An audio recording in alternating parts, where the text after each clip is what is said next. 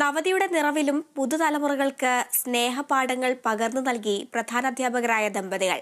തൃശൂർ പഴഞ്ഞി സ്വദേശികളായ ജോബ് സൈമണും ഭാര്യ ഷീല ജോബുമാണ് അധ്യാപക ദിനത്തിൽ മാതൃകയാകുന്നത്.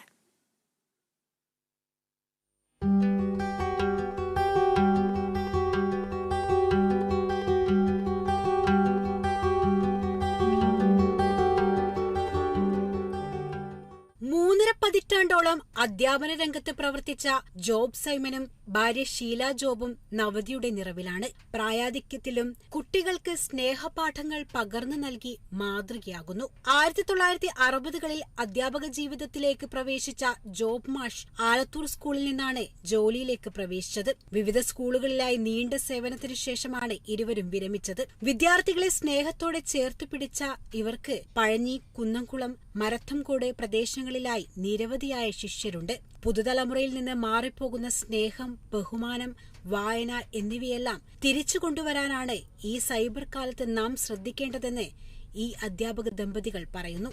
ഇപ്പോഴത്തെ കുട്ടികൾ നല്ല എനർജറ്റിക് ആണ്. എന്തും തുറന്നു പറയാനുള്ള ഒരു ധൈര്യം അവർക്ക് ഇപ്പം ഉണ്ട്.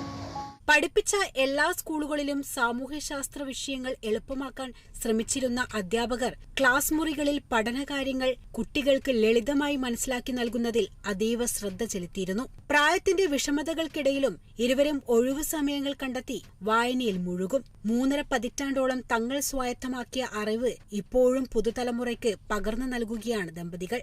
Kerala vision news, Thrissur.